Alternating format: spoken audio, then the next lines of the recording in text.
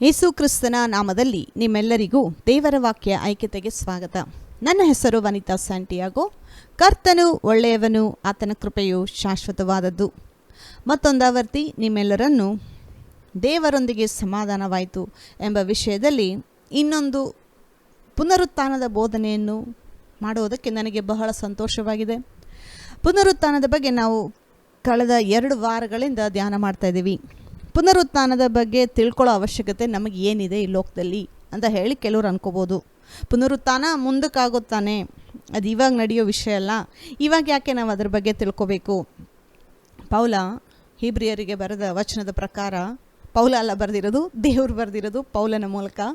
ಹೀಬ್ರಿಯ 6:1-2 6 ಬೋಧನೆಗಳಿದೆ, 6 doctrines ಇದೆ. ಅಲ್ಲಿ doctrines ಅಂದ ತಕ್ಷಣ ಆ ಒಂದು ಮಾತು ಕೇಳಿಸ್ಕೊಳ್ಳೋದಕ್ಕೆ ಎಷ್ಟೊಂದು ಜನ ಇಷ್ಟಪಡಲ್ಲ. ಡಾಕ್ಟ್ರಿನ್ ಅಂದ ತಕ್ಷಣ ಕೋಪ ಬರುತ್ತೆ ಕೆಲವ್ರಿಗೆ. ಡಾಕ್ಟ್ರಿನ್ ಅಂದರೆ ಬೇರೆ ಏನೂ ಅಲ್ಲ, ಬೋಧನೆ. ಯೇಸು ಕ್ರಿಸ್ತನ ಬೋಧನೆ ಅಂತಲೇ 1ನೇ ಯೋಹಾನ 2ನೇ ಯೋಹಾನದಲ್ಲಿ ಅದೆರಡು ಜಾಗದಲ್ಲಿ ಎಲ್ಲೋ ಒಂದು ಕಡೆ ಇದೆ. ಡಾಕ್ಟ್ರಿನ್ ಆಫ್ ಕ್ರೈಸ್ಟ್ ಅಂತಲೇ ಇದೆ ಬೈಬಲಲ್ಲಿ. ಸೊ ಇದು ಯೇಸು ಕ್ರಿಸ್ತ ಮಾಡಿರೋ ಬೋಧನೆಗಳು 6 ಬುನಾದಿಯ ಬೋಧನೆಗಳು. ಬುನಾದಿ ಅಂತಂದರೆ ನಿಮ್ಗೆ ಗೊತ್ತಲ್ಲ, ಫೌಂಡೇಶನಲ್ ಡಾಕ್ಟ್ರಿನ್ಸ್. ಇದು ನಿಮ್ಮ ನಂಬಿಕೆಗೆ ಬೇಕಾಗಿರುವಂಥ ಫೌಂಡೇಶನಲ್ ಡಾಕ್ಟ್ರಿನ್ಸ್. ಬುನಾದಿ ಸ್ಟ್ರಾಂಗ್ ಆಗಿದ್ದರೆ ಅದ್ರ ಮೇಲೆ ಏನಾದರೂ ಎಕ್ಸ್ಟ್ರಾ ಕಟ್ಕೊಂಡು ಹೋಗ್ಬೋದು. ಒಂದು ವೇಳೆ ಬುನಾದಿನೇ ಸ್ಟ್ರಾಂಗ್ ಆಗಿಲ್ಲ ಅಂತಂದರೆ ಕಟ್ಟೋದು ಬಿದ್ದೋಗುತ್ತೆ. ಸೊ ಪುನರುತ್ಥಾನ ಅನ್ನೋದು ಮುಂದಕ್ಕೆ ನಡೆಯೋ ವಿಷಯನೇ, ಆದರೆ ಇದು ಬುನಾದಿಯ ಡಾಕ್ಟ್ರಿನ್. ಇದನ್ನು ನೀವು ಕಲ್ತ್ಕೋಬೇಕು. ಇದರ ವಿಷಯದಲ್ಲಿ ನೀವು ಅಮಾಯಕರಾಗಿರಬಾರ್ದು, ಗೊತ್ತಿಲ್ದಿರ ಇರಬಾರ್ದು ಅಂತ ಬೈಬಲ್ಲೇ ಬೋಧನೆ ಮಾಡುತ್ತೆ. ಮತ್ತು ಯೇಸು ಕ್ರಿಸ್ತ ಪುನರುತ್ಥಾನದ ಬಗ್ಗೆ ಬೋಧನೆ ಮಾಡಿದ್ರು. ಫರಿಸಾಯರಿಗೆ, ಸದುಕಾಯರಿಗೆ ಬೋಧನೆ ಮಾಡಿದ್ರು. ತನ್ನ ದೇಹದ ಪುನರುತ್ಥಾನದ ಬಗ್ಗೆ ಸಹ ಬೋಧನೆ ಮಾಡಿದ್ರು. ಮತ್ತು ಬಿಲೀವರ್ಸ್ ಮತ್ತು ಅನ್ಬಿಲೀವರ್ಸ್ ಬಗ್ಗೆನೂ ಬೋಧನೆ ಮಾಡಿದ್ರು. ಅವ್ರಿಗೂ ಪುನರುತ್ಥಾನ ಆಗುತ್ತೆ, ಅದು ನಾನು ಬರೋ ವಾರ ಹೇಳ್ತೀನಿ. ಈ ದಿನ ಬಿಲೀವರ್ಸ್ ಬಗ್ಗೆ ಮಾತ್ರ ನಾವು ಧ್ಯಾನ ಮಾಡೋಣ. ಸೊ ಪುನರುತ್ಥಾನ ಅನ್ನೋದು ಮುಂದಕ್ಕೆ ನಡೆಯೋ ವಿಷಯ. ಇವಾಗೇನದು ನಮ್ಗೆ ಬೇಕಾ ಅಂತಾರೆ. ನಮಗೆ ಹಣಕಾಸಿನ ಬಗ್ಗೆ ಬೋಧನೆ ಮಾಡಿ ಮತ್ತು ಆರೋಗ್ಯದ ಬಗ್ಗೆ ಬೋಧನೆ ಮಾಡಿ ಅಂತ ಹೇಳ್ತಾರೆ. ಅದೆಲ್ಲ ದೇವರಿಂದ ಬರುವಂಥ ಆಶೀರ್ವಾದನೇ. ಬಟ್ ಅಷ್ಟಕ್ಕೆ ಮಾತ್ರ ನಾವು ಸೀಮಿತವಾಗಿ ಇರದೆ ಇನ್ನೂ ಹೆಚ್ಚಾಗಿ ಕಲ್ತ್ಕೊಳ್ಬೇಕು ಅನ್ನೋದೇ ದೇವರ ಆಸೆ. ಯಾಕೆಂದರೆ ಪೌಲ ಬರೆದಿರೋ ಪ್ರಕಾರ 1ನೇ ಕೊರಿಂಥ 15:19 ವಚನದಲ್ಲಿ ಈ ರೀತಿಯಾಗಿ ಬರೆದಿದ್ದಾರೆ: ಈ ಜೀವಮಾನ ಕಾಲದ ಪೂರ್ತಿಗೆ ನಾವು ಕ್ರಿಸ್ತನಲ್ಲಿ ನಿರೀಕ್ಷೆ ಇಟ್ಟುಕೊಂಡದ್ದೇ ಹೊರತು ಮತ್ತೇನು ಇಲ್ಲದಿದ್ದರೆ. ಈ ಲೋಕಕ್ಕೆ ಏನೇನು ಬೇಕೋ, ಈ ಜೀವಮಾನದಲ್ಲಿ ಏನೇನು ಬೇಕೋ ಅದಕ್ಕೆ ಮಾತ್ರ ನಾವು ಯೇಸು ಕ್ರಿಸ್ತನ ನಂಬಿದ್ರೆ ಬೇರೆ ಏನೂ ಇಲ್ಲ ಅಂತಂದರೆ ಎಲ್ಲ ಮನುಷ್ಯರಲ್ಲಿಯೂ ನಾವು ನಿರ್ಭಾಗ್ಯರೇ ಸರಿ. ಇಂಗ್ಲೀಷಲ್ಲಿ ಇನ್ನೂ ಬಹಳ ಚೆನ್ನಾಗಿದೆ, we are of all men most miserable. Miserable ಅಂತಂದರೆ ನಿರ್ಭಾಗ್ಯರು, ಕಷ್ಟಕ್ಕೆ ಒಳಗಾದವರು ಅನ್ನೋ ಥರ ಇರುತ್ತೆ. ಸೊ ಈ ಲೋಕದಲ್ಲಿರೋ ಥಿಂಗ್ಸ್ಗೆ ಮಾತ್ರ ನಾವು ಸೀಮಿತವಾಗಿ ಯೇಸು ಕ್ರಿಸ್ತನ ನಂಬಿದ್ರೆ, ಇದು ಪುನರುತ್ಥಾನದ ಕನೆಕ್ಷನ್ ಬಗ್ಗೆ ಪೌಲ ಮಾತಾಡ್ತಾ ಇರೋದು. ಈ ಪುನರುತ್ಥಾನದ ಬಗ್ಗೆ ನೀವು ತಿಳ್ಕೊಂಡಿಲ್ಲ ಅಂದರೆ ನೀವು ನಿರ್ಭಾಗ್ಯರು. ಪುನರುತ್ಥಾನ ಅನ್ನೋದು ಬಹಳ ಇಂಪಾರ್ಟೆಂಟ್ ಡಾಕ್ಟ್ರಿನ್. ಗಮನ ಕೊಟ್ಟು ಕೇಳಿ. ನಿಮ್ಮ ಮುಂದೆ ನಿಮ್ಮ ಫ್ಯೂಚರ್ ಚೆನ್ನಾಗಿರುತ್ತೆ ಅಂತಂದರೆ ಈ ದಿನ ನೀವು ಟೆನ್ಷನ್ ಇಲ್ದಿರ, ಭಯ ಇಲ್ದಿರ ಈ ಲೋಕದಲ್ಲಿ ಜೀವನ ಮಾಡ್ತೀರಾ. ಮತ್ತು ಸಾವು ಅನ್ನೋದಕ್ಕೆ ಭಯ ಪಡೋದಿಲ್ಲ. ಇದನ್ನು ತಿಳ್ಕೊಂಡೇ ಇರೋರೆ, ಅಯ್ಯೋ ಸತ್ತ ಮೇಲೆ ಏನಾಗುತ್ತೋ, ಅಯ್ಯೋ ಎಲ್ಲೋಗ್ತೀವೋ, ಏನು ಮಾಡ್ತೀವೋ, ಅದು ಭಯ. ಆದರೆ ಪುನರುತ್ಥಾನದ ಬಗ್ಗೆ ತಿಳ್ಕೊಂಡ್ರೆ ನೀವು ಧೈರ್ಯವಾಗಿ ಜೀವನ ಮಾಡ್ತೀರಾ ಈ ಲೋಕದಲ್ಲಿ. ಮತ್ತು ದೇವರು ಎಷ್ಟು ಆಯುಷ್ಕಾಲ ಈ ಲೋಕದಲ್ಲಿ ನಿಮಗೆ ಕೊಟ್ಟಿದ್ದಾರೋ, 120 ವರ್ಷ, ಅಷ್ಟು ಕಾಲ ಲೋಕದಲ್ಲಿ ಭಯವಿಲ್ದಿರ ಜೀವನ ಮಾಡ್ತೀರಾ. ಸೊ ಇದು ಬಹಳ ಇಂಪಾರ್ಟೆಂಟ್ ಡಾಕ್ಟ್ರಿನ್. ಪ್ರೇಯರ್ ಮಾಡಿ ಗಮನ ಕೊಟ್ಟು ಕೇಳಿ. ದೇವರು ನಿಮಗೆ ಈ ವಚನದ ಮೂಲಕ ಮಾತಾಡ್ತಾರೆ. ನಾವೀಗ ಪ್ರಾರ್ಥನೆ ಮಾಡೋಣ. ನಮ್ಮನ್ನು ಬಹಳವಾಗಿ ಪ್ರೀತಿ ಮಾಡುವಂಥ ಪರಲೋಕದಲ್ಲಿರುವ ನಮ್ಮ ತಂದೆಯಾದ ದೇವರೇ, ಯೇಸು ಕ್ರಿಸ್ತನ ನಾಮದಲ್ಲಿ ನಿಮ್ಮ ಸನ್ನಿಧಾನಕ್ಕೆ ಬರುತ್ತೇವೆ. ದೇವ ಕರ್ತನೆ, ಪುನರುತ್ಥಾನದ ಬಗ್ಗೆ ನಮಗೆ ನೀವು ಬೋಧನೆ ಮಾಡಿ ಕೊಡಬೇಕಾಗಿ ಬೇಡ್ತೀನಿ ದೇವ. ಈ ಒಂದು ವಿಷಯ ಎಷ್ಟು ಇಂಪಾರ್ಟೆಂಟು, ಎಷ್ಟು ಮುಖ್ಯವಾದದ್ದು ಅಂತ ಹೇಳಿ ನಿಮ್ಮ ಮಕ್ಕಳಿಗೆ ನೀವು ತಿಳಿಯಪಡಿಸ್ಕೊಡ್ಬೇಕಾಗಿ ಬೇಡ್ತೀನಿ ಕರ್ತನೆ. ಮತ್ತು ಈ ಒಂದು ವಚನದಲ್ಲಿ ನಾನು ಸರಿಯಾಗಿ ವಚನಗಳನ್ನು ಬಿಡಿಸಿ ಬೋಧನೆ ಮಾಡುವಂತೆ ನೀವು ನನಗೆ ಕೂಡ ಸಹಾಯ ಮಾಡಬೇಕಾಗಿ ಬೇಡ್ತೀನಿ ದೇವ. ಕೇಳಿಸಿಕೊಳ್ಳುವಂಥ ಕಿವಿ, ಕಾಣುವಂಥ ಕಣ್ಣು, ನಿಮ್ಮ ವಚನಗಳನ್ನು ಒಪ್ಪಿಕೊಳ್ಳುವಂಥ ಹೃದಯ ನಮ್ಮೆಲ್ಲರಿಗೂ ಕೊಟ್ಟು ನೀವು ನಡೆಸಬೇಕಾಗಿ ಬೇಡ್ತೀನಿ ದೇವ. ನಮ್ಮೊಂದಿಗಿದ್ದು ಈ ವಿಷಯದಲ್ಲಿ ನಮಗೆ ಬೋಧನೆ ಮಾಡಿದಕ್ಕೋಸ್ಕರ ನಿಮಗೆ ಸ್ತೋತ್ರ. ಯೇಸು ಕ್ರಿಸ್ತನ ನಾಮದಲ್ಲಿ ಬೇಡಿ ಹೊಂದಿದ್ದೇವೆ, ಜೀವವುಳ್ಳ ನಮ್ಮ ತಂದೆಯೇ, ಆಮೇನ್. ನಾವೀಗ ವಾಕ್ಯದಲ್ಲಿ ಓದುವುದಕ್ಕಿಂತ ಮುಂಚೆ ಒಂದು ವಿಷಯ ಹೇಳೋದಕ್ಕೆ ಇಷ್ಟಪಡ್ತೀನಿ. ನಿಮ್ಮಲ್ಲಿ ಯಾರಿಗಾದರೂ ನಮ್ಮ ಸೇವೆಗೆ ಕಾಣಿಕೆ ಕಳಿಸ್ಬೇಕು ಅಂತ ಹೇಳಿ ದೇವರು ಪ್ರೇರೇಪಣೆ ಮಾಡೋದಾದರೆ ನೀವು ನಮಗೆ ಕಾಣಿಕೆ ಕಳಿಸ್ಬೋದು. ಅದಕ್ಕೆ ಬೇಕಾದಂಥ QR code, bank information already screen ಮೇಲೆ ಡಿಸ್ಪ್ಲೇ ಮಾಡ್ತಾ ಇದ್ದೀವಿ. ಇದರ ಮೂಲಕ ನೀವು ನಮಗೆ ನಮ್ಮ ಸೇವೆಗೆ ನೀವು ಹಣ ಸಹಾಯ ಕಳಿಸ್ಬೋದು. ಯಾಕೆಂದರೆ ದೇವರ ವಚನದಲ್ಲಿ ಬರೆದಿರೋ ಪ್ರಕಾರ ಮತ್ತಾಯ 6:20, ಆದರೆ ಪರಲೋಕದಲ್ಲಿ ಗಂಟು ಮಾಡಿ ಇಟ್ಟುಕೊಳ್ಳಿರಿ, ಅಲ್ಲಿ ಅದು ನುಸು ಹಿಡಿದು ಕಿಲುಬು ಹತ್ತಿ ಹೋಗುವುದಿಲ್ಲ, ಕೆಟ್ಟು ಹೋಗುವುದಿಲ್ಲ. ಅಲ್ಲಿ ಕಳ್ಳರು ಕನ್ನ ಕೊರೆಯುವುದು ಇಲ್ಲ, ಕದಿಯುವುದು ಇಲ್ಲ. ಅಂದರೆ ಪರಲೋಕದಲ್ಲಿ ಗಂಟು ಮಾಡಿ ಇಟ್ಟುಕೊಳ್ಳೋದ್ರ ಬಗ್ಗೆ ಯೇಸು ಕ್ರಿಸ್ತ ಇಲ್ಲಿ ಬೋಧನೆ ಮಾಡ್ತಾ ಇರೋದು. ಸೊ ನೀವು ದೇವರ ರಾಜ್ಯಕ್ಕೆ ಹಣಕಾಸಿನ ಸಹಾಯ ಕಳಿಸುವಾಗ, ಹಣಕಾಸಿನ ಬೀಜ ಬಿತ್ತುವಾಗ ನೀವು ಪರಲೋಕದಲ್ಲಿ ಗಂಟು ಕಟ್ಟಿಡ್ತಾ ಇದ್ದೀರಾ. ಮತ್ತು ಆ ಒಂದು ಬರುವಂಥ ಆಶೀರ್ವಾದ ಯಾರೂ ಕದ್ಕೊಳ್ಳೋಕ್ಕಾಗಲ್ಲ. ಅದು ದೇವರಿಂದ ಬರುವಂಥ ಆಶೀರ್ವಾದ, ಅಲ್ಲಿ ನುಸಿ ಹಿಡಿದು ಹೋಗುವುದಿಲ್ಲ. ನೀವು ದೇವರ ರಾಜ್ಯಕ್ಕೆ ಕೊಡುವ ಕಾಣಿಕೆಯಲ್ಲಿ 2 ಆಶೀರ್ವಾದ ಇದೆ. ಒಂದು, ಈ ಲೋಕದಲ್ಲೂ ಚೆನ್ನಾಗಿರ್ತೀರಾ, ಮತ್ತು ಅದಕ್ಕೆ ನಿತ್ಯವಾದ ಬಹುಮಾನಗಳು ಇದೆ. ಅದಕ್ಕೆ ದೇವರು ಹೇಳ್ತಾ ಇರೋದು ಪರಲೋಕದಲ್ಲಿ ಗಂಟು ಕಟ್ಟಿಡ್ರಿ. ಈ ಲೋಕದಲ್ಲಿ ಗಂಟು ಕಟ್ಟಿಟ್ರೆ ಕಳೆದೋಗುತ್ತೆ, ಯಾರಾದರೂ ಬಂದು ಕದ್ಕೊಂಡು ಹೋಗ್ತಾರೆ. ಆದರೆ ಪರಲೋಕದ ರಾಜ್ಯದಲ್ಲಿ ಬಿತ್ತುವಂಥ ಬೀಜ ಅದು ಯಾರೂ ಕದ್ಕೊಳಕ್ಕಾಗಲ್ಲ, ಅದಕ್ಕೆ ಬರುವಂಥ ರಿವಾರ್ಡು ಯಾರೂ ಸ್ಟಾಪ್ ಮಾಡೋಕ್ಕಾಗಲ್ಲ ಅಂತ ದೇವರು ಹೇಳ್ತಾ ಇರೋದು. ಸೊ ಪ್ರೇಯರ್ ಮಾಡಿ ದೇವರ ಸೇವೆಗೆ ಕಾಣಿಕೆ ಕಳಿಸೋದಾದರೆ ಕಳಿಸಿ, ದೇವರು ನಿಮ್ಮನ್ನು ಅದಕ್ಕಾಗಿ ಆಶೀರ್ವಾದ ಮಾಡ್ತಾರೆ. ಸೊ ನಾವೀಗ ದೇವರ ವಚನಕ್ಕೆ ಹೋಗೋಣ. ಪೌಲನು ಕೊರಿಂಥದವರಿಗೆ ಬರೆದ ಪತ್ರಿಕೆ 15ನೇ ಅಧ್ಯಾಯ 51ನೇ ವಚನ. ಕೇಳಿರಿ, ಇದುವರೆಗೆ ಗುಪ್ತವಾಗಿದ್ದ ಸಂಗತಿಯನ್ನು ನಿಮಗೆ ತಿಳಿಸುತ್ತೇನೆ. ನಾವೆಲ್ಲರೂ ನಿದ್ರೆ ಹೋಗುವುದಿಲ್ಲ, ಆದರೆ ಕಡೇ ತುತ್ತೂರಿಯ ಧ್ವನಿಯಾಗುವಾಗ ನಾವೆಲ್ಲರೂ ಒಂದೇ ಕ್ಷಣದಲ್ಲೇ ರೆಪ್ಪೆ ಬಡಿಯುವರಷ್ಟರೊಳಗೆ ಮಾರ್ಪಡುವೆವು.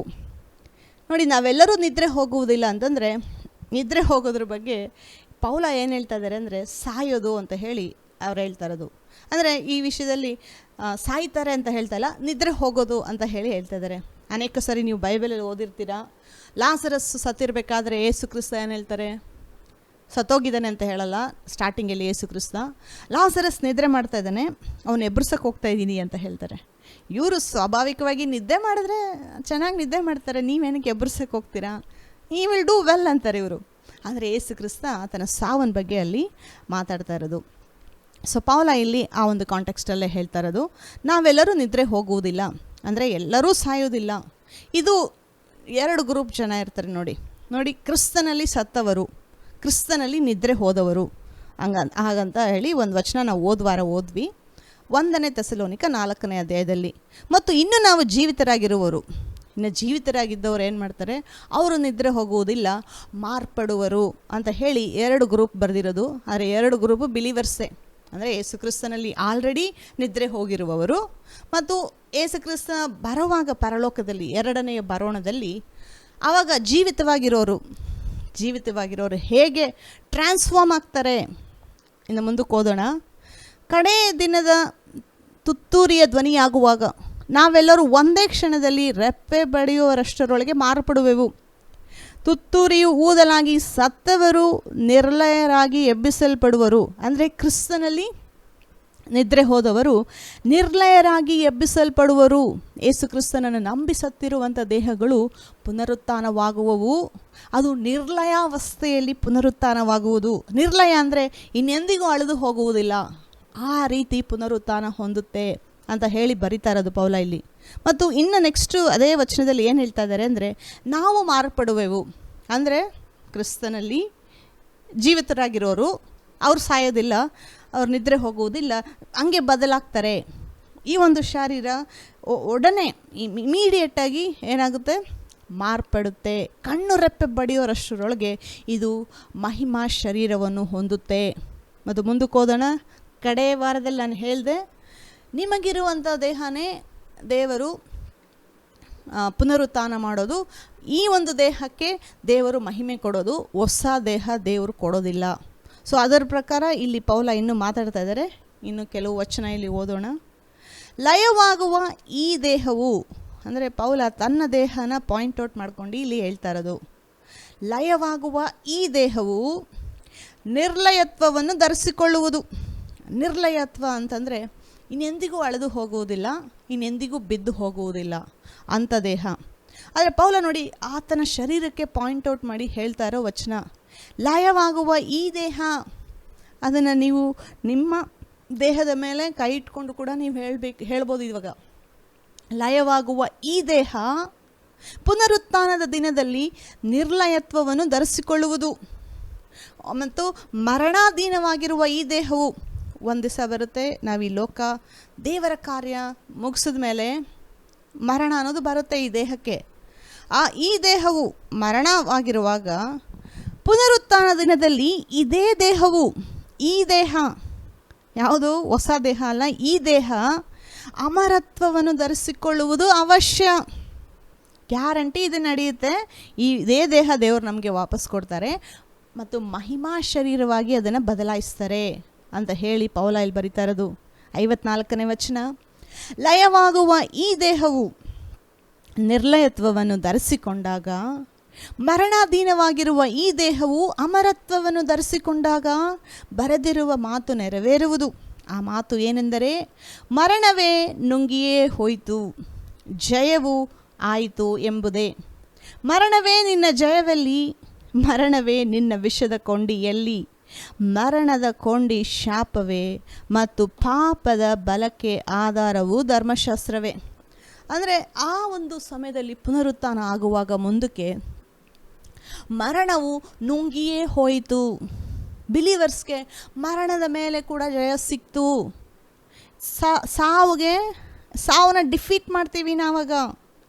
ಈಗ ಯೇಸು ಕ್ರಿಸ್ತ ಮಾತ್ರನೇ ಸಾವನ್ನು ಡಿಫೀಟ್ ಮಾಡಿರೋದು, ಮರಣವನ್ನು ಸೋಲಿಸಿರೋದು, ಮರಣದ ಮೇಲೆ ಜಯ ಹೊಂದಿರೋದು ಶಾರೀರದಲ್ಲಿ ಯೇಸು ಕ್ರಿಸ್ತ ಮಾತ್ರ. ನಾವು ಯೇಸು ಕ್ರಿಸ್ತನ ಮೂಲಕ ಆತ್ಮದಲ್ಲಿ ಹೊಸದಾಗಿ ಹುಟ್ಟಿದ್ದೀವಿ. ಯೇಸು ಕ್ರಿಸ್ತನ ಮೂಲಕ ದೇಹದಲ್ಲೂ ಹುಟ್ಟುತ್ತೀವಿ, ದೇಹ ಕೂಡ ಪುನರುತ್ಥಾನ ಆಗುತ್ತೆ, ಅದು ಮುಂದಕ್ಕೆ ನಡೆಯೋದು. ಸೊ ಇವಾಗ ನೋಡಿ, ಕೆಲವು ಮನುಷ್ಯರ ಬಗ್ಗೆ ಮಾತಾಡೋಣ. ಇವಾಗ ಯೇಸು ಕ್ರಿಸ್ತ ಮಾತ್ರನೇ ಮರಣದ ಮೇಲೆ ಜಯ ಹೊಂದಿರೋದು.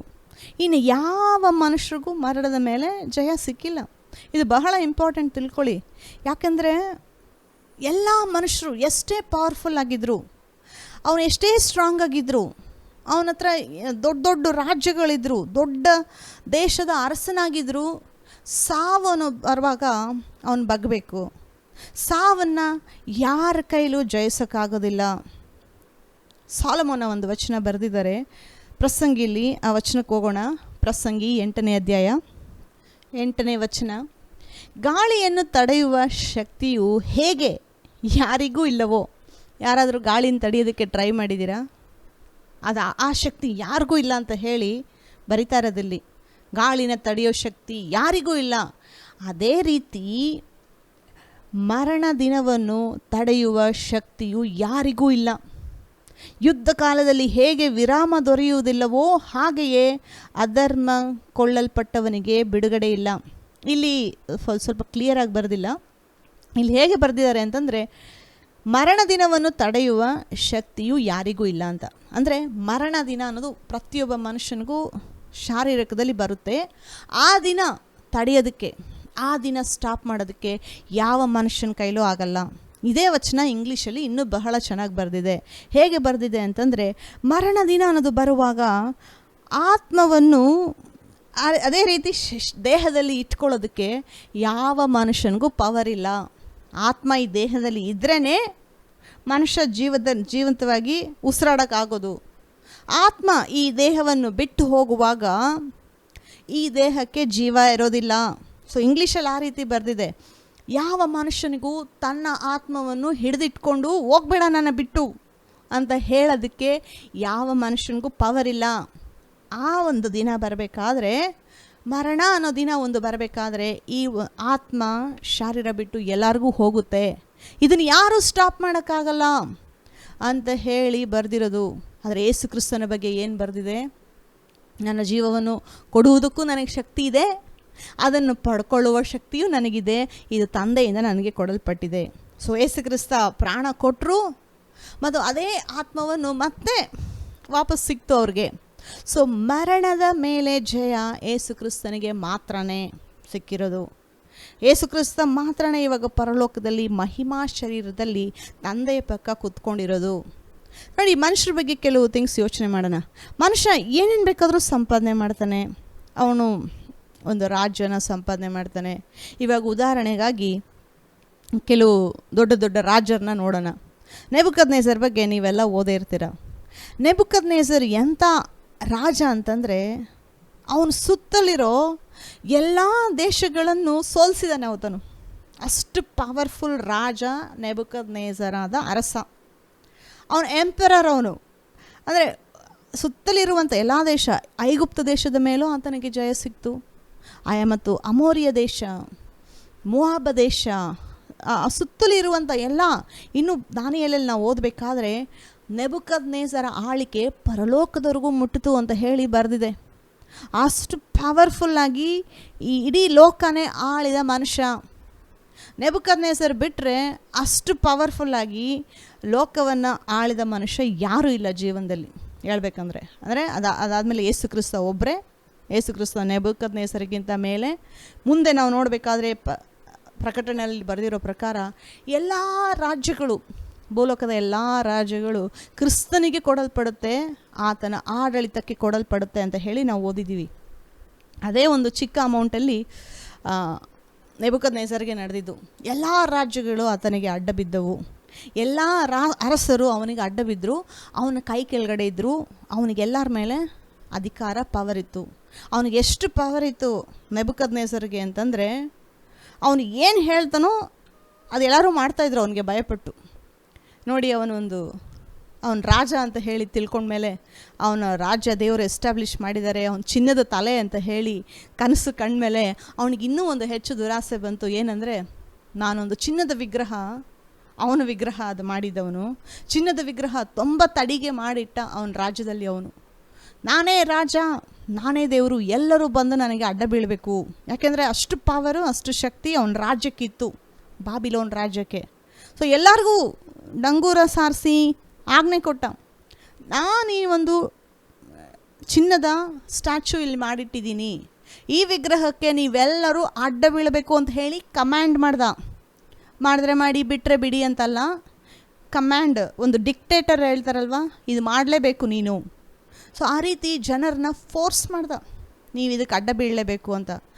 ಆದರೆ ಒಂದು ವೇಳೆ ನೀವು ಅಡ್ಡ ಬಿದ್ದಿಲ್ಲ ಅಂದರೆ ನಿಮ್ಮನ್ನು ಸಾಯಿಸೋ ಅಧಿಕಾರ ನನಗಿದೆ.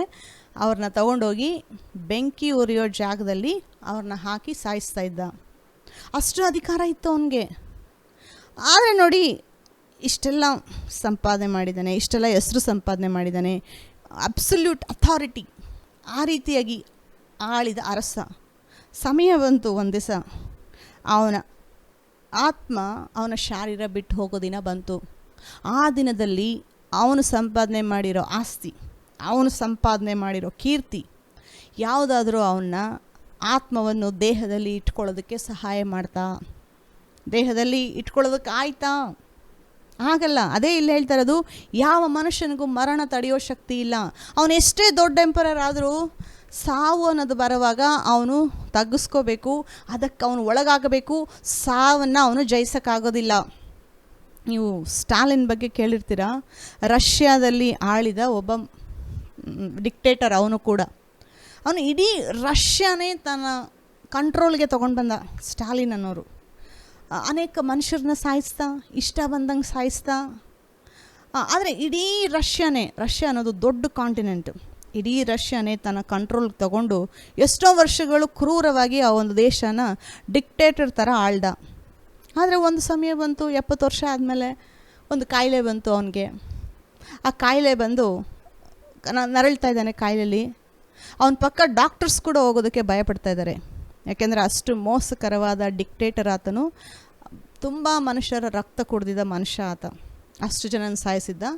ಇವಾಗ ಆ ಕಾಯಿಲೆ ಬಂದಿರಬೇಕಾದ್ರೆ ಅವನ ಡಾಕ್ಟರ್ಸ್ ಕೂಡ ಟ್ರೀಟ್ಮೆಂಟ್ ಕೊಡೋಕ್ಕೆ ಪಕ್ಕದಲ್ಲಿ ಹೋಗೋದಕ್ಕೆ ಭಯಪಡ್ತಾ ಇದ್ದಾರೆ.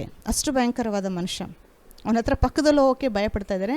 ಏನು ಮಾಡ್ಬಿಡ್ತಾನೆ ಇವನು, ಅವನ ಕೈಲಿ ಆಗಲ್ಲ, ನಿಸ್ಸಹಾಯಕವಾಗಿ ಮಲ್ಕೊಂಡಿದ್ದಾನೆ. ಆದರೆ ಅವನ ಟ್ರೀಟ್ ಮಾಡೋದು ಕೂಡ ಭಯಪಟ್ಟರು. ಸೊ ಕಡೆಗೆ ಏನಾಯಿತು ಅಂದರೆ, ಟ್ರೀಟ್ಮೆಂಟು ಕೊಡೋಕ್ಕಾಗಿಲ್ಲ, ಅವನ ಕಾಯಿಲೆಗೆ ಏನೂ ಗುಣನೂ ಇರಲಿಲ್ಲ ಆವಾಗ. ಸೊ ಸಮಯ ಬಂತು, ಒಂದು ದಿನ ಅವನ ಆತ್ಮ ಅವನ ಶಾರೀರ ಬಿಟ್ಟು ಹೋಗಬೇಕು. ಆದರೆ ಅವನು ಸಾಯೋದಕ್ಕಿಂತ ಮುಂಚೆ ಏನು ಮಾಡಿದ್ನಂತೆ ಗೊತ್ತಾ? ಪರಲೋಕದ ಕಡೆಗೆ ಕೈಯನ್ನು ಚಾಚಿ ದೇವರಿಗೆ ವಿರುದ್ಧವಾಗಿ ಈ ಥರ ಕೈ ತೋರಿಸಿ, ಫಿಸ್ಟ್ ತೋರಿಸಿ, ನಾನೇ ಗೆದ್ದೆ ಅಂತ ಹೇಳಿ ಸತ್ನಂತೆ. ಪರಲೋಕದ ಕಡೆಗೆ ಕೈ ತೋರಿಸಿ ಅವನು ಆ ರೀತಿ ಮಾಡ್ದ. ಆದರೆ ಅವನು ಗೆದ್ದಿಲ್ಲ. ಒಂದು ವೇಳೆ ಅವನು ಗೆದ್ದಿದ್ದಾನೆ ಅಂತ ಹೇಳಿದ್ರೆ ಅವನ ಆತ್ಮ ಅವನಲ್ಲಿ ಇರಬೇಕಾಗಿತ್ತು, ದೇಹದಿಂದ ಹೋಗ್ಬಾರ್ದಾಗಿತ್ತು. ಆದರೆ ಸಾವು ಅನ್ನೋದಕ್ಕೆ ಅವನು ಬಗ್ಗಬೇಕು. ಅವನು ಎಷ್ಟೇ ಜನರನ್ನು ಜಯಿಸಿದ್ರು ಸಾವನ್ನು ಜಯಿಸೋಕ್ಕಾಗಿಲ್ಲ. ಸಾವು ಅನ್ನೋದು ಜಯಿಸೋದು ಬರೀ ಯೇಸು ಕ್ರಿಸ್ತ ಮಾತ್ರನೇ. ನೀನು ಎಷ್ಟೇ ಪವರ್ಫುಲ್ ಆಗಿರ್ಬೋದು, ನೀನು ಎಷ್ಟೇ ದೊಡ್ಡ ಮನುಷ್ಯ ಆಗಿರ್ಬೋದು, ಸಾವು ಅನ್ನೋದು ಬರುವಾಗ ಒಂದು ಪಾರ್ಶಾಲಿಟಿ ಇಲ್ದಿರ ಎಲ್ಲರೂ ಹೋಗಬೇಕು ಈ ಲೋಕನ ಬಿಟ್ಟು. ಆದರೆ ಬಿಲೀವರ್ಸ್ಗೆ ಗುಡ್ ನ್ಯೂಸ್ ಇದೆ. ಅದೇ ಈ ಗುಡ್ ನ್ಯೂಸು ಪೌಲ ಇಲ್ಲಿ ಮಾತಾಡ್ತಾ ಇರೋದು. ಸಾವು ಅನ್ನೋದಕ್ಕೆ ನೀವು ಭಯಪಡಬೇಕಾಗಿಲ್ಲ. ಹಂಗಂತ ಹೇಳಿ ಸಮಯಕ್ಕೆ ಮುಂಚೆ ಬೇಗ ಸಾಯಿರಿ ಅಂತ ನಾನು ಹೇಳ್ತಾ ಇಲ್ಲ. ನೋಡಿ, ಕ್ರೈಸ್ತರು ಒಂದು ತಪ್ಪು ಮಾಡ್ತಾಯಿದ್ದಾರೆ ಈ ವಿಷಯದಲ್ಲಿ. ಯಾವುದು ಗೊತ್ತಾ? ಕೀರ್ತನೆ 90ನೇ ಅಧ್ಯಾಯ ಓದ್ಬಿಟ್ಟು ಮನುಷ್ಯನ ಆಯುಷ್ಕಾಲ 70, ಬಲ ಹೆಚ್ಚಿದರೆ 80 ಅಂತ ಹೇಳಿ ಅಲ್ಲಿ ಬರೆದಿರೋ ಪ್ರಕಾರ ಇಷ್ಟು ವರ್ಷನೇ ಮನುಷ್ಯ ಬದುಕೋದು ಅಂತ ಹೇಳಿ ಆ ವಚನ ತಗೊಂಡು 80 ವರ್ಷ ಬದುಕಿರ್ತೀವಿ ಅಂತ ಹೇಳಿ ಬೋಧನೆ ಮಾಡ್ತಾರೆ. ಎಲ್ಲ ಮನುಷ್ಯರು 80 ವರ್ಷನೇ ಬದುಕಿದ್ದಾರೆ. ಇವಾಗ ನಾನು ಎಷ್ಟು ಜನ ನೋಡಿದ್ದೀನಿ ಅಂತಂದರೆ 90 ವರ್ಷದ ಮೇಲೆ 100 ವರ್ಷದವರೆಗೂ ಬದುಕಿರೋನು ನೋಡಿದ್ದೀನಿ. 100 ವರ್ಷದ ಮೇಲೆ ಇರೋರನ್ನು ಸಹ ನೋಡಿದ್ದೀವಿ. ಅಂದರೆ 70, 80 ಯಾಕೆ ಎಲ್ಲರೂ 80 ಕೆಳಗಡೆ ಸಾಯ್ತಾ ಇಲ್ಲ? ಎಲ್ಲರೂ ಸಾಯ್ತಾ ಇಲ್ಲ. ಸೊ ಕ್ರೈಸ್ತರು ಈ ಒಂದು ವಚನ ತಗೊಂಡು ಮನುಷ್ಯನ ಆಯುಷ್ಕಾಲ 70, 80 ಅಂತ ಹೇಳಿ ಬೋಧನೆ ಮಾಡಬಾರ್ದು.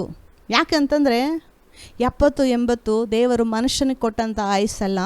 ಅದು ಕೇವಲ ಇಸ್ರಾಯೇಲ್ರ ಮೇಲೆ, ಮೊದಲನೆಯ ಜನಾಂಗದ ಇಸ್ರಾಯೇಲ್ರ ಮೇಲೆ ಮಾತ್ರನೇ ಅದು ದೇವರು ಮಾತಾಡಿದ್ದು. ಯಾಕೆಂದರೆ ಅವರು ಅಡವಿಯಲ್ಲಿ ಪೂರ್ತಿ ದೇವರಿಗೆ ವಿರೋಧವಾಗಿ, ದೇವರಿಗೆ ಮೆಚ್ಚುಗೆ ಇಲ್ಲದ ಕಾರ್ಯಗಳನ್ನು ಮಾಡಿ, ಯಾವಾಗೂ ಅವಿಧೇಯರಾಗಿ ಗೊಣಗುಟ್ಟಿ ಸಾವು ಸಾವು ಅಂತ ಹೇಳಿ ಯಾವಾಗೂ ಬಾಯಲ್ಲಿ ಇಟ್ಕೊಂಡು ಮಾತಾಡಬೇಕಾದ್ರೆ, ನೀನು ಸಾವು ಸಾವು ಅಂತ ಮಾತಾಡ್ತಾನೆ ಇದೆಯಲ್ಲ, ತಗೋ ಅದು ಬೇಗ ಬರುತ್ತೆ, ನೀನು ಅಂದ್ಕೊಂಡಂಗೆ ನಿನಗಾಗುತ್ತೆ ಅಂತ ಹೇಳಿ ದೇವರು ಅವ್ರ ಮೇಲೆ ನ್ಯಾಯ ತೀರ್ಪು ಮಾಡಿದ್ದು. ಮತ್ತು 80 ವರ್ಷದೊಳಗಡೆ ಇರೋರು ಎಲ್ಲರೂ ಆ ಅಡವಿಯಲ್ಲಿ ಸತ್ರು. ಅದ್ರ ಬಗ್ಗೆ ಮಾತಾಡ್ತಾ ಇರೋದು. ಕ್ರೈಸ್ತರು ನೋಡಿ 70, 80 ಆಯ್ಕೆ ಮಾಡಿಕೊಂಡು ಅಷ್ಟು ವರ್ಷ ಬದುಕಬೇಕು ಅಂದ್ಕೊತಾರೆ. ಆದರೆ ಅದೇ ಸಮಯದಲ್ಲಿ ಮೋಶೆ 120 ವರ್ಷ ಬದುಕಿದ್ದ. ಅದೇ ಗ್ರೂಪು, ಅದೇ ಟೈಮು, ಅದೇ ಗ್ರೂಪಲ್ಲಿ ಮೋಶೆ 120 ವರ್ಷ ಬದುಕಿದ್ದ. 120 ವರ್ಷ ಮೋಶೆ ಬದುಕ್ದ, ಆ ಥರ ನಾನು ಬದುಕಬೇಕು ಅಂತ ಹೇಳಿ ಮೋಶೆನ ಎಕ್ಸಾಂಪಲ್ ಆಗಿ ತೊಗೊಳಲ್ಲ. ಯಾವಾಗ ನೆಗೆಟಿವ್ ಆಗಿ ಎಕ್ಸಾಂಪಲ್ ಅದನ್ನು ತೊಗೊಂಡು 70, 80 ಅಂತಾರೆ.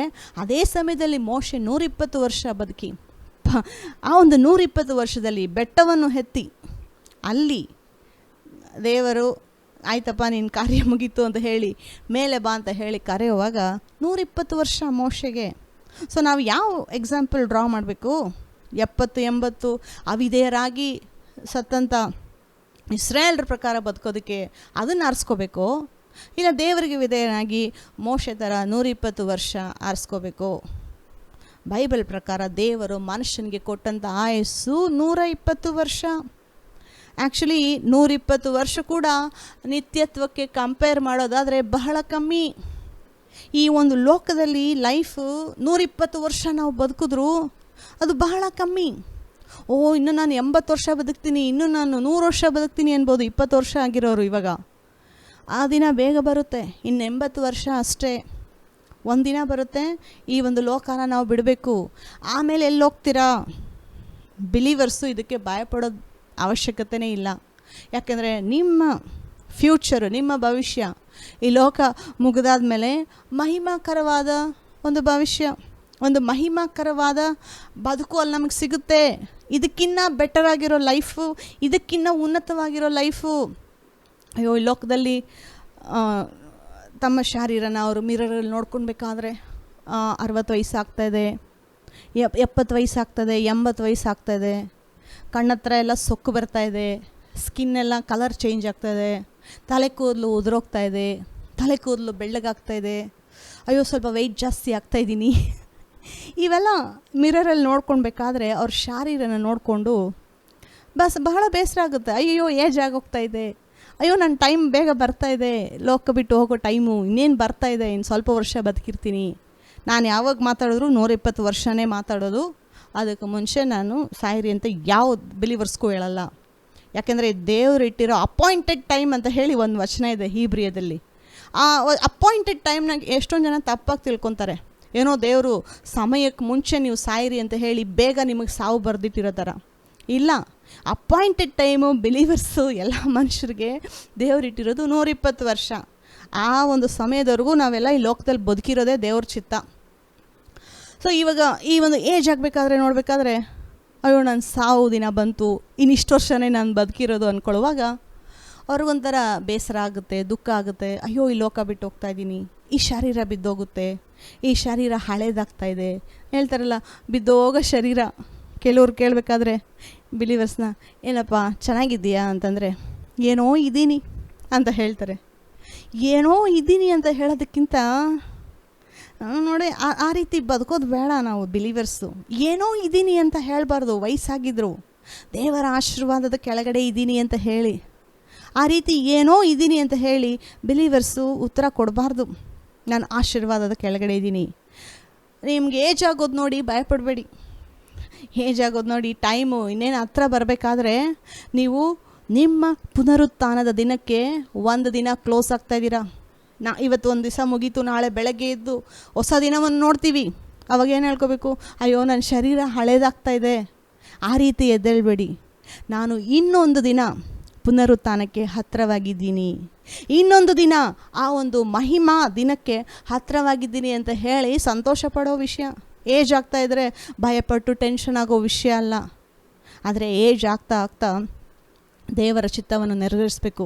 ದೇವರು ನಮಗಿಟ್ಟಿರುವಂಥ ಆ ಒಂದು ಪ್ಲ್ಯಾನ್ಸ್ನ, ಅವ್ರು ನಮಗೆ ಈ ಲೋಕದ ಮೇಲೆ ಕೊಟ್ಟಿರುವಂಥ ಅಸೈನ್ಮೆಂಟ್ನ ನೆರವೇರಿಸೋದಕ್ಕೆ, ಪೂರ್ತಿಗೊಳಿಸೋದಕ್ಕೆ ಅದರ ಮೇಲೆ ಫೋಕಸ್ ಆಗಿರಬೇಕು. ನೋಡಿ, ಇವಾಗ ಇಲ್ಲೇ ಮತ್ತೆ ಟಾಪಿಕ್ ವಾಪಸ್ ಬರೋಣ. ಇಲ್ಲಿ ಯಾವ ಮನುಷ್ಯನಿಗೂ ಸಾವನ್ನು ನಿಲ್ಲಿಸೋದಕ್ಕಾಗಲ್ಲ. ಎಷ್ಟೇ ದೊಡ್ಡ ದೊಡ್ಡ ರಾಜಗಳಾಗಿದ್ದರು, ದೊಡ್ಡ ದೊಡ್ಡ ರಾಜರನ್ನ ನಾವು ಆಲ್ರೆಡಿ ಕೆಲವು ನೋಡ್ತಾ ಇದ್ದೀವಿ. ಫರೋಹ ಕೂಡ ಸತ್ತ, ನೆಬುಕದ್ನೆಜರ್ ಕೂಡ ಸತ್ತ, ಜೂಲಿಯಸ್ ಸೀಸರ್ ಅಂತ ಹೇಳ್ತಾರೆ, ಅವನೊಬ್ಬ ದೊಡ್ಡ ರೋಮನ್ ಎಂಪೈರು, ಅವನಿಗೂ ಸಾವು ಬಂತು, ಸ್ಟಾಲಿನ್ಗೂ ಸಾವು ಬಂತು. ಇನ್ನೊಬ್ಬ ಮೋಸಕರವಾದ ಮನುಷ್ಯ ಯಾರಂದರೆ ಹಿಟ್ಲರ್, ಅಡಾಲ್ಫ್ ಹಿಟ್ಲರ್ ಅಂತೇಳಿ ಅವನ ಹೆಸರು. ಅವನು ಕೂಡ ಲಕ್ಷಾಂತರ ಜನನ ಸಾಯಿಸ್ದ. ಅವನಿಗೂ ಕೂಡ ಒಂದು ದಿವಸ ಕಡೆಗೆ ಸಾವು ಬಂತು. ಎಷ್ಟೇ ದೊಡ್ಡ ಅರಸರಾಗಿದ್ದರು, ರಾಜರಾಗಿದ್ದರು, ಸಾವು ಅನ್ನೋದು ಯಾರೂ ನಿಲ್ಸೋಕ್ಕಾಗಲ್ಲ. ಸಾವು ಅನ್ನೋದು ಯಾರೂ ಸ್ಟಾಪ್ ಮಾಡೋಕ್ಕಾಗಲ್ಲ.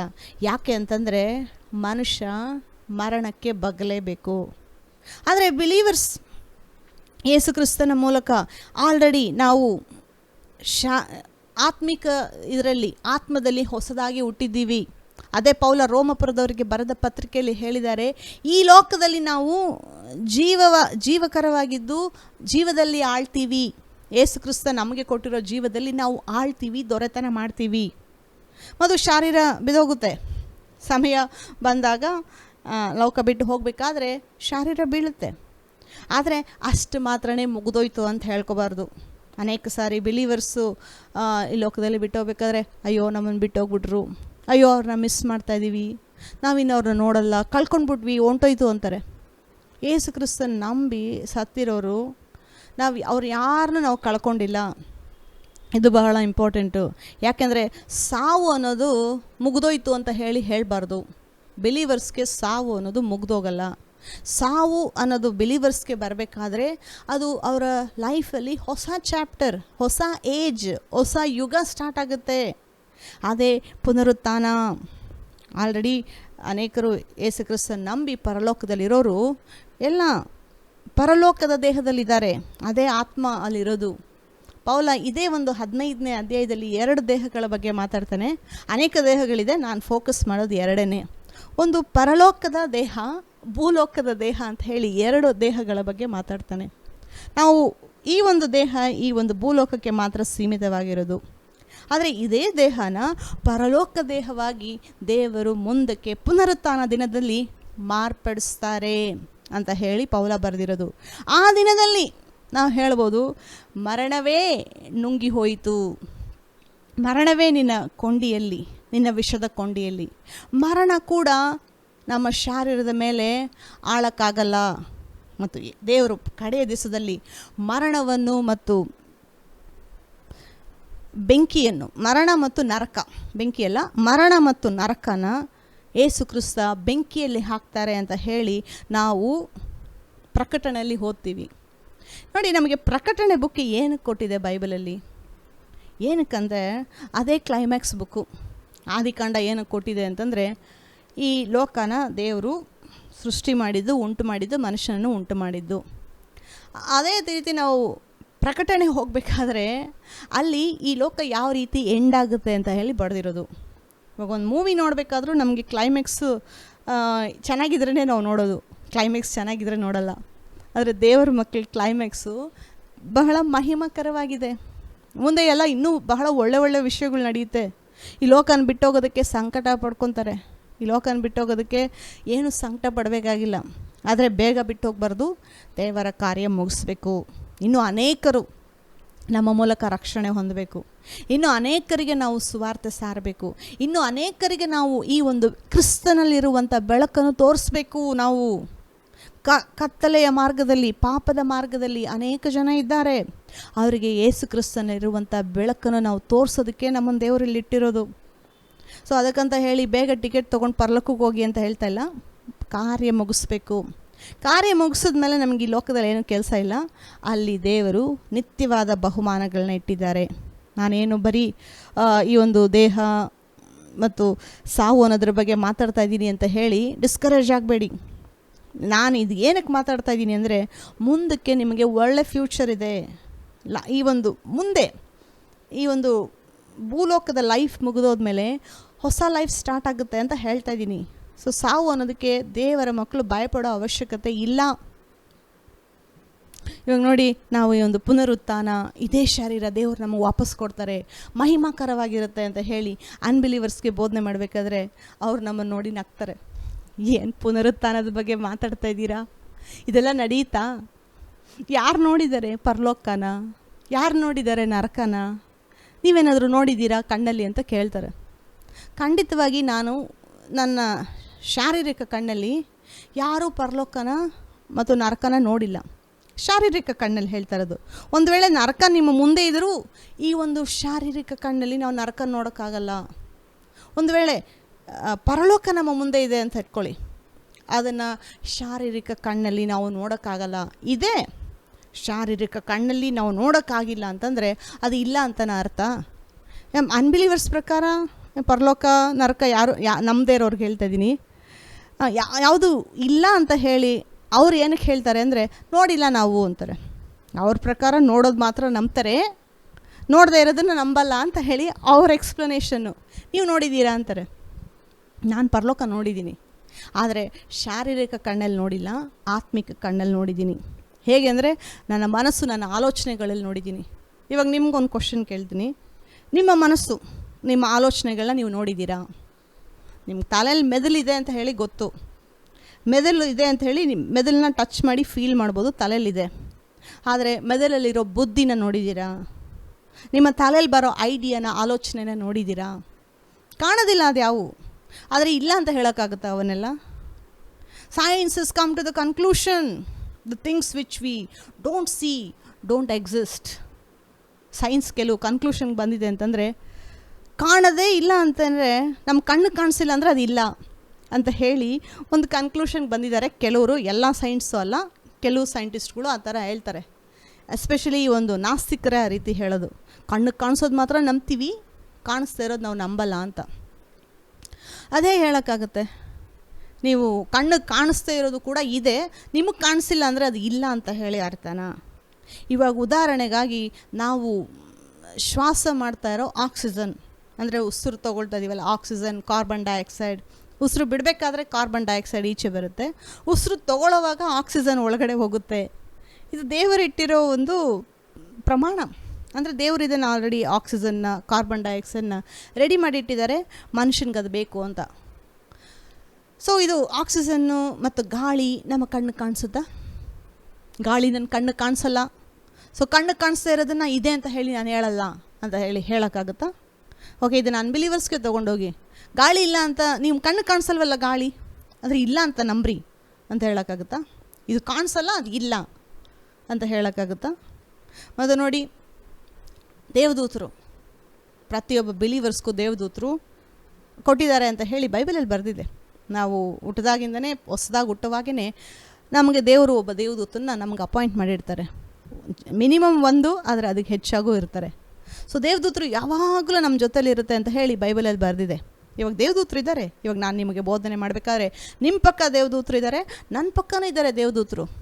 ಆದರೆ ನಮ್ಮ ಶಾರೀರಿಕ ಕಣ್ಣಿಗೆ ಅವರು ಕಾಣಿಸ್ತಾ ಇದ್ದಾರಾ? ಕಾಣಿಸ್ತಾ ಇಲ್ಲ ಶಾರೀರಿಕ ಕಣ್ಣಿಗೆ, ಆದರೆ ಆತ್ಮದಲ್ಲಿ ನೋಡ್ಬೋದು. ಆದರೆ ಅವರು ಇದ್ದಾರೆ. ಶಾರೀರಿಕ ಕಣ್ಣಲ್ಲಿ ಕಾಣಿಸಿಲ್ಲ ಅಂತಂದರೆ ಅವ್ರು ಇಲ್ಲ ಅಂತ ಹೇಳಬಾರ್ದು. ಪರಲೋಕನೇ ನಮ್ಮ ಮುಂದೆ ಕಣ್ಮುಂದೆ ಇವಾಗಿದೆ ಅಂದ್ಕೊಳ್ಳಿ, ಶಾರೀರಿಕ ಕಣ್ಣಿಗೆ ಅದು ಕಾಣಿಸಲ್ಲ. ಯಾಕೆಂದರೆ ಅದು ಆತ್ಮಿಕ ಪ್ರಪಂಚ. ಆತ್ಮಿಕ ಪ್ರಪಂಚವನ್ನು ಆತ್ಮಿಕ ಕಣ್ಣುಗಳಿಂದನೇ ನೋಡಬೇಕು. ಇವಾಗ ನಾವು ಯೇಸು ಕ್ರಿಸ್ತನ ನಂಬಿರೋದು ನಮ್ಮ ಹೃದಯದಿಂದ, ಮೈಂಡಿಂದ ಅಲ್ಲ, ಶಾರೀರದಿಂದ ಅಲ್ಲ, ಹೃದಯದಿಂದ ನಾವು ಯೇಸು ಕ್ರಿಸ್ತನನ್ನು ನಂಬಿರೋದು ನಾವು. ಸೊ ಆತ್ಮದಿಂದಲೇ ನಾವು ದೇವರನ್ನು ಆರಾಧನೆ ಮಾಡಬೇಕು ಅಂತ ಹೇಳಿ ದೇವರು ಯಾಕೆ ಹೇಳೋದು? ಆತ್ಮಕ್ಕೆ ದೇವರು ಮಾತಾಡ್ತಾರೆ ಅಂತ ಹೇಳಿ ಬೈಬಲಲ್ಲಿ ಯಾಕೆ ಬರೆದಿದೆ? ಆತ್ಮದಲ್ಲಿ ನಾನು ನಿಮ್ಮನ್ನು ನಡೆಸ್ತಾ ಇದ್ದೀನಿ ಅಂತ ಹೇಳಿ ದೇವರು ಯಾಕೆ ಹೇಳಿರೋದು ಅಂದರೆ, ಆತನು ಆತ್ಮಸ್ವರೂಪಿ. ನಮ್ಮ ಒಳಗಡೆ ಆತ್ಮ ಇದೆ. ಆತ್ಮಕ್ಕೂ ಕನೆಕ್ಷನ್ನು, ಮತ್ತು ಈ ದೇಹಕ್ಕೂ ಕೂಡ ಕನೆಕ್ಷನ್ ಆಗುತ್ತೆ. ಆದರೆ ಅದು ಇವಾಗ ಆಗಲ್ಲ, ಮುಂದೆ ಪುನರುತ್ಥಾನದಲ್ಲಿ. ಈಗ ನಾವು ಯೇಸು ಕ್ರಿಸ್ತನನ್ನು ಯಾವ ರೀತಿ ನೋಡ್ತಾ ಇದ್ದೀವಿ ಅಂದರೆ, ಪೌಲ ಬರೆದಿರೋ ಪ್ರಕಾರ 1 ಕೊರಿಂಥ 14ನೇ ಅಧ್ಯಾಯದಲ್ಲಿ ಅನ್ಯ ಭಾಷೆಗಳು, ವಾಣಿಗಳು, ಅದರ ಬಗ್ಗೆ ಹೇಳಬೇಕಾದ್ರೆ ಈ 13ನೇ ಅಧ್ಯಾಯ ಅನಿಸುತ್ತೆ, 13ನೇ ಅಧ್ಯಾಯದಲ್ಲಿ ಈಗಂತೂ ನಾವು ದೇವರನ್ನು ಒಂದು ಡಿಮ್ಮಾಗಿ ನೋಡ್ತಾ ಇದ್ದೀವಿ, ಪರಿಪೂರ್ಣವಾಗಿ ಕಾಣಿಸ್ತಾ ಇಲ್ಲ. ಆಗಲಾದರೂ ನಾವು ಮುಂದಕ್ಕೆ ಆತನನ್ನು ಪರಿಪೂರ್ಣವಾಗಿ ಆತನ ಇರೋ ಹಾಗೆಯೇ ನೋಡ್ತೀವಿ ಅಂತ ಹೇಳಿ ಪೌಲ ಬರೆದಿರೋದು. ಅಂದರೆ ಈ ಲೋಕದಲ್ಲಿ ಆತ್ಮಿಕವಾಗಿ ಕೆಲವು ಥಿಂಗ್ಸ್ ಕಾಣಿಸುತ್ತೆ, ಎಲ್ಲ ಕಾಣಿಸಲ್ಲ. ಆದರೆ ಪರಲೋಕ ಅನ್ನೋದು, ಈ ಒಂದು ಲೋಕ ಬಿಟ್ಟು ಹೋಗುವಾಗ ಒಂದು ಫುಲ್ ಮ್ಯಾನಿಫೆಸ್ಟೇಷನ್ ಆಫ್ ಸ್ಪಿರಿಟ್ ಅಂತ ಹೇಳಿ ಇಂಗ್ಲೀಷಲ್ಲಿ ಹೇಳ್ತಾರೆ. ಅಂದರೆ ನಿಮಗೆ ಆ ಒಂದು ಆತ್ಮಿಕ ಪ್ರಪಂಚ ಕ್ಲಿಯರಾಗಿ ಕಾಣಿಸೋ ದಿನ ಯಾವಾಗ ಅಂತಂದರೆ, ಈ ಆತ್ಮ ಈ ಒಂದು ಶಾರೀರ ಬಿಟ್ಟು ಹೋಗುವಾಗ. ಸೊ ಆವಾಗ ಫುಲ್ ಕಾಣಿಸುತ್ತೆ. ಆವಾಗ ಇದು ಅನ್ಬಿಲೀವರ್ಸ್ಗೂ ನಡೆಯುತ್ತೆ, ಅದು ಬರೋ ವಾರ ಬೋಧನೆ ಮಾಡ್ತೀನಿ. ಅವ್ರಿಗೆ ಬಹಳ ಭಯಂಕರವಾಗಿರುತ್ತೆ ಯೇಸು ಕ್ರಿಸ್ತನ ನಂಬದಿರ ಸಾಯೋವಾಗ. ಆದರೆ ಯೇಸು ಕ್ರಿಸ್ತನ ನಂಬಿ ಸಾಯೋವ್ರಿಗೆ ಇದು ಮಹಿಮಾಕರವಾಗಿರುತ್ತೆ ಅಂತ ಹೇಳಿ ಪೌಲ ಬರೆದಿರೋದು. ಸೊ ಕಾಣಿಸ್ದೇ ಇರೋದನ್ನು ನಾನು ನಂಬಲ್ಲ ಅಂತ ಹೇಳೋದು ಮೂರ್ಖತನ ಅಂತ ಹೇಳಿ ಬೈಬಲ್ ಬೋಧನೆ ಮಾಡುತ್ತೆ. ಇವಾಗ ನೋಡಿ, ಸನ್ಲೈಟ್, ಸೂರ್ಯನ ಕಿರಣಗಳು. ಸೂರ್ಯ ನಮಗೆ ಕಾಣಿಸ್ತಾನೆ, ಬೆಳಕು ನಮಗೆ ಕಾಣಿಸುತ್ತೆ, ಕಿರಣಗಳು ಕಾಣಿಸ್ತವ. ಆ ವೇವ್ ಲೆನ್ಸ್ ಅಂತ ಹೇಳ್ತಾರೆ ಇಂಗ್ಲೀಷಲ್ಲಿ. ಕಿರಣಗಳು ನಮಗೆ ಕಾಣಿಸ್ತವ, ಕಿರಣಗಳು ಕಾಣಿಸಲ್ಲ. ಹಾಗಂತ ಹೇಳಿ ಕಿರಣಗಳು ಇಲ್ಲ ಅಂತ ಹೇಳೋಕ್ಕಾಗುತ್ತಾ? ಲೈಟ್ ರೇಸ್ ಬರ್ತಾ ಇದೆ, ನಿಮ್ಮ ಕಣ್ಣಿಗೆ ಕಾಣಿಸ್ತಾ ಇಲ್ಲ. ಇನ್ನೊಂದು ಉದಾಹರಣೆಗೆ, ಎಲೆಕ್ಟ್ರಿಸಿಟಿ ಈ ಒಂದು ಕಂಬಿಗಳಾಕಿ, ವೈರ್ಗಳಾಕಿ ಗೌರ್ಮೆಂಟ್ ನಮಗೆ ಕಟ್ಕೊಟ್ಟಿದ್ದಾರೆ. ಆದರೆ ಅವ್ರ ಕಂಬಿಗಳು ಮತ್ತು ಆ ಒಂದು ಸ್ತಂಭಗಳೇ ಹಾಕೋಕ್ಕಾಗೋದು. ಎಲೆಕ್ಟ್ರಿಸಿಟಿ ಕೊಟ್ಟಿರೋದು ದೇವರು. ಎಲೆಕ್ಟ್ರಿಸಿಟಿ ಆ ಒಂದು ಲೈನಲ್ಲಿ ಪಾಸ್ ಆಗ್ತಾ ಇರುತ್ತೆ. ಕಂಬಿಗಳು ಕಾಣಿಸುತ್ತೆ ನಿಮಗೆ, ಆ ಒಂದು ವಿದ್ಯುತ್ತು ಎಲೆಕ್ಟ್ರಿಸಿಟಿ ಕಾಣಿಸುತ್ತಾ? ಸೊ ನಾನು ಎಲೆಕ್ಟ್ರಿಸಿಟಿ ಕಾಣೋದಿಲ್ಲ ಅಂದರೆ ನಾನು ನಂಬಲ್ಲ. ನಾನು ಆ ವೈರ್ನ ಮುಟ್ತೀನಿ ಅಂದರೆ ಏನಾಗುತ್ತೆ? ಮೂರ್ಖತನ. ಎಲೆಕ್ಟ್ರಿಸಿಟಿ ಇದೆ, ಅಲ್ಲಿ ಇದೆ, ಆದರೆ ನಿಮ್ಮ ಕಣ್ಣು ಕಾಣಿಸಲ್ಲ. ನಿಮಗೆ ಕಣ್ಣು ಕಾಣಿಸಲ್ಲ ಅಂದರೆ ಅದು ಇಲ್ದಿರ ಆಗುತ್ತಾ? ಇದೇ ಥರ ಮೈಕ್ರೋವೇವ್ ಯೂಸ್ ಮಾಡ್ತೀರಿ, ನೀವೆಲ್ಲ ಯೂಸ್ ಮಾಡ್ತಾ ಇರ್ತೀರಲ್ಲ, ಮೈಕ್ರೋವೇವ್ ಓವನ್. ಏನಾದರೂ ಒಳಗಡೆ ಇಟ್ಟಿದ ತಕ್ಷಣ ಬಿಸಿ, ಟಕ್ಕಂತ ಬಿಸಿ ಮಾಡಬೇಕು ಅಂದರೆ ಅದನ್ನು ಇಡ್ತೀವಿ ನಾವು. ಸೊ ಇಟ್ಟಿದ ತಕ್ಷಣ 5 ನಿಮಿಷದಲ್ಲಿ ಬಿಸಿ ಆಗುತ್ತೆ. ಅದು 5 ನಿಮಿಷನೂ ಬೇಡ, 2 ನಿಮಿಷದಲ್ಲೇ ಆಗುತ್ತೆ. ಸೊ ಆ ಒಂದು ಮೈಕ್ರೋವೇವ್ಸ್, ಅದು ಆ ಒಂದು ಪದಾರ್ಥದಲ್ಲಿ ಎಂಟರ್ ಆಗಬೇಕಾದ್ರೆ ನಿಮಗೆ ಕಾಣಿಸುತ್ತಾ? ಎಂಟರ್ ಆಗ್ತಾಯಿದೆ, ಗ್ಲಾಸಿಂದ ನೋಡ್ತಾ ಇರ್ತೀರ, ಎಂಟರ್ ಆಗೋದು ಕಾಣಿಸುತ್ತಾ ನಿಮಗೆ? ಇಲ್ಲ. ನನ್ನ ಕಣ್ಣಿಗೆ ಕಾಣಿಸಲ್ಲ, ಆ ವೇವ್ಸ್ ಇಲ್ಲ ಅಂತ ಹೇಳ್ತೀರಾ? ಮೈಕ್ರೋವೇವ್ಸು ಗ್ಯಾರಂಟಿ ಇದೆ. ಇನ್ನೊಂದು ಲಾಸ್ಟ್ ಉದಾಹರಣೆ, ಈ ರೀತಿ ಅನೇಕ ಹೇಳ್ತಾನೆ ಇರ್ಬೋದು ನಾನು, ಕಣ್ಣಿಗೆ ಕಾಣಿಸ್ತಾ ಇರೋದು. ಅದು ಇಲ್ಲ ಅಂತ ಹೇಳಬಾರ್ದು, ಇದೆ, ಆದರೆ ಕಣ್ಣಿಗೆ ಕಾಣಿಸಲ್ಲ. ಪರಲೋಕ ಮತ್ತು ನರಕ, ಸೈತಾನ ಮತ್ತು ದೇವದೂತರು ಎಲ್ಲ ಇದ್ದಾರೆ. ಆತ್ಮಿಕ ಪ್ರಪಂಚ ಅನ್ನೋದು ಈ ಒಂದು ಶಾರೀರಿಕ ಪ್ರಪಂಚಕ್ಕಿಂತ ನಿಜವಾಗಿರೋದು, ಇದಕ್ಕಿಂತ ರಿಯಲ್ ಅದು. ಯಾಕೆಂದರೆ ಈ ಒಂದು ಶಾರೀರಿಕ ಪ್ರಪಂಚ ಬಂದಿರೋದೇ ಆತ್ಮಿಕ ಪ್ರಪಂಚದಿಂದ. ಆದ್ದರಿಂದ ಇದರಿಂದ ಅದಲ್ಲ. ಇನ್ನೊಂದು ಕೊನೆಯ ಉದಾಹರಣೆ, ನೀವೆಲ್ಲ ಫೋನ್ ಯೂಸ್ ಮಾಡ್ತಿರಲ್ವಾ, ರೇಡಿಯೋ ಎಲ್ಲ ಕೇಳಿಸ್ಕೊತಿರಲ್ವಾ? ಒಬ್ರಿಗೊಬ್ರಿಗೆ ಫೋನ್ ಮಾತಾಡಬೇಕಾದ್ರೆ ಏನಾದರೂ ಕನೆಕ್ಟ್ ಆಗಿದೆಯಾ? ವೈರ್ಸ್ ಕನೆಕ್ಟ್ ಆಗಿಲ್ಲ, ಇವಾಗೆಲ್ಲ ರೇಡಿಯೇಷನ್ ವೇವ್ಸ್ ಯೂಸ್ ಮಾಡ್ತಾರೆ. ಆ ರೇಡಿಯೇಷನ್ ವೇವ್ಸಿಂದನೇ ಸಿಗ್ನಲ್ಗಳು ಬರೋದು, ಆ ವೇವ್ಸು ನಮ್ಮ ಫೋನ್ಗೂ ನಿಮ್ಮ ಫೋನ್ಗೂ ಕನೆಕ್ಟ್ ಆಗೋದು. ಸೊ ಕಿವಿಲಿಟ್ಕೊಂಡು ಮಾತಾಡ್ತೀವಿ, ಆ ಒಂದು ರೇಡಿಯೇಷನ್ ವೇವ್ಸ್ ಯಾರ ಕಣ್ಣಿಗಾದರೂ ಕಾಣುತ್ತಾ? ಆ ಒಂದು ರೇಡಿಯೇಷನ್ ವೇವ್ಸಿಂದನೇ ಒಬ್ರಿಗೊಬ್ರು ವಾಯ್ಸ್ ಕೇಳಿಸ್ಕೋಬೋದು. ಆ ಒಂದು ವೇವ್ಸ್, ಆ ಒಂದು ಕಿರಣಗಳು ಕಾಣಿಸುತ್ತಾ? ಕಾಣಿಸಿಲ್ಲ ಅಂದರೆ ನಾನು ನಂಬಲ್ಲ, ಕಾಣಿಸೋದು ಮಾತ್ರ ನಾನು ನಂಬ್ತೀನಿ ಅಂತಂದರೆ ಫೋನ್ ಇಟ್ಕೊಂಡು ಮಾತಾಡ್ತಾ ಇದ್ದೀರಲ್ಲ, ಹೇಗೆ ಬರ್ತಾಯಿದೆ ವಾಯ್ಸ್ ಕೇಳಿಸ್ತದೆ ನಿಮಗೆ? Radiation waves. ಸೊ ಕಾಣಿಸ್ತಾ ಇರೋ ವಿಷಯಗಳು ಅನೇಕ ಇದೆ. ದೇವರು ನಮ್ಗೆ ಅದನ್ನು ಬೋಧನೆ ಮಾಡಿಕೊಟ್ಟಿದ್ದಾರೆ ಬೈಬಲಲ್ಲಿ.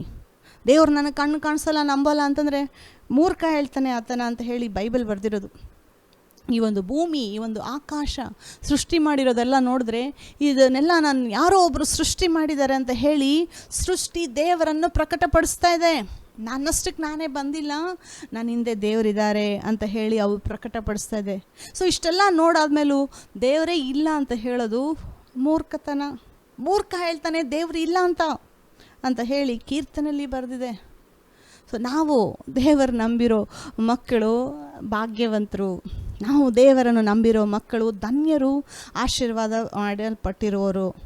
ಅನ್ಯ ಜನರು ನಮ್ಮನ್ನು ನೋಡಿ ಜೋಕ್ ಮಾಡ್ಬೋದು, ನಮ್ಮನ್ನು ಇನ್ಸಲ್ಟ್ ಮಾಡ್ಬೋದು, ಹಾಸ್ಯ ಮಾಡ್ಬೋದು, ನಗ್ಬೋದು. ನಗಿದ್ರೆ ನಗಲಿ, ನಾವು ನೋಡೋದನ್ನು ನೀವು ನೋಡ್ತಾ ಇಲ್ಲ ಅಂತ ಹೇಳಿ ಅವ್ರ ಬಗ್ಗೆ ನಾವು ಪರಿತಾಪ ಪಡುವಂಥ ವಿಷಯ. ಅವ್ರು ನಮ್ಮ ಬಗ್ಗೆ ಅಯ್ಯೋ ಅನ್ನೋ ವಿಷಯ ಏನೂ ಇಲ್ಲ, ನಾವು ನೋಡೋದು ಅವ್ರು ನೋಡ್ತಾ ಇಲ್ವಲ್ಲ ಅಂತ ಹೇಳಿ ನಮಗೆ ಅವ್ರ ಮೇಲೆ ದಯೆ ಬರಬೇಕು. ಅವ್ರಿಗೋಸ್ಕರ ನಾವು ಪ್ರೇಯರ್ ಮಾಡಬೇಕು. ದೇವರೇ, ನನ್ನ ಕಣ್ಣುಗಳನ್ನು ನೀನು ತೆರೆದಿರೋ ಥರ ಅವ್ರಿಗೂ ಅವ್ರ ಕಣ್ಣುಗಳನ್ನ ನೀವು ತೆರೆ, ನಿಮ್ಮನ್ನು ನೋಡುವಂಥ ಆತ್ಮದಲ್ಲಿ ನೀವು ಅವ್ರಿಗೂ ಸಹಾಯ ಮಾಡು ಅಂತ ಹೇಳಿ ನಾವು ಪ್ರಾರ್ಥನೆ ಮಾಡಬೇಕು. ಯಾಕೆಂದರೆ ಪುನರುತ್ಥಾನ ಅನ್ನೋದು ಯಾರೂ ಮಿಸ್ ಮಾಡ್ಕೊಳ್ಬಾರ್ದು. ಎಸ್ಪೆಷಲಿ ಮಹಿಮಾಕರವಾದ ಪುನರುತ್ಥಾನ ಒಬ್ಬ ಮನುಷ್ಯನ ಮಿಸ್ ಮಾಡ್ಕೊಳ್ಬಾರ್ದು, ಒಬ್ಬ ಮನುಷ್ಯನ ನಿತ್ಯ ಜೀವವನ್ನು ಕಳ್ಕೊಳ್ಬಾರ್ದು ಅನ್ನೋದೇ ದೇವರ ಚಿತ್ತ. ಸೊ ಈ ವಿಷಯದಲ್ಲಿ ನಾನು ಬರೋ ವಾರ ಇನ್ನೂ ಕೆಲವು ವಿಷಯ ಮಾತಾಡೋಣ. ಈ ವಾಕ್ಯಗಳನ್ನು ಕೇಳಿದಂಥ ನಿಮ್ಮೆಲ್ಲರನ್ನು ದೇವರು ಆಶೀರ್ವಾದ ಮಾಡಲಿ. ನಮ್ಮ ರಕ್ಷಕನಾದ ಯೇಸು ಕ್ರಿಸ್ತನು ಬೇಗನೆ ಬರುತ್ತಾನೆ. ಆಮೆನ್.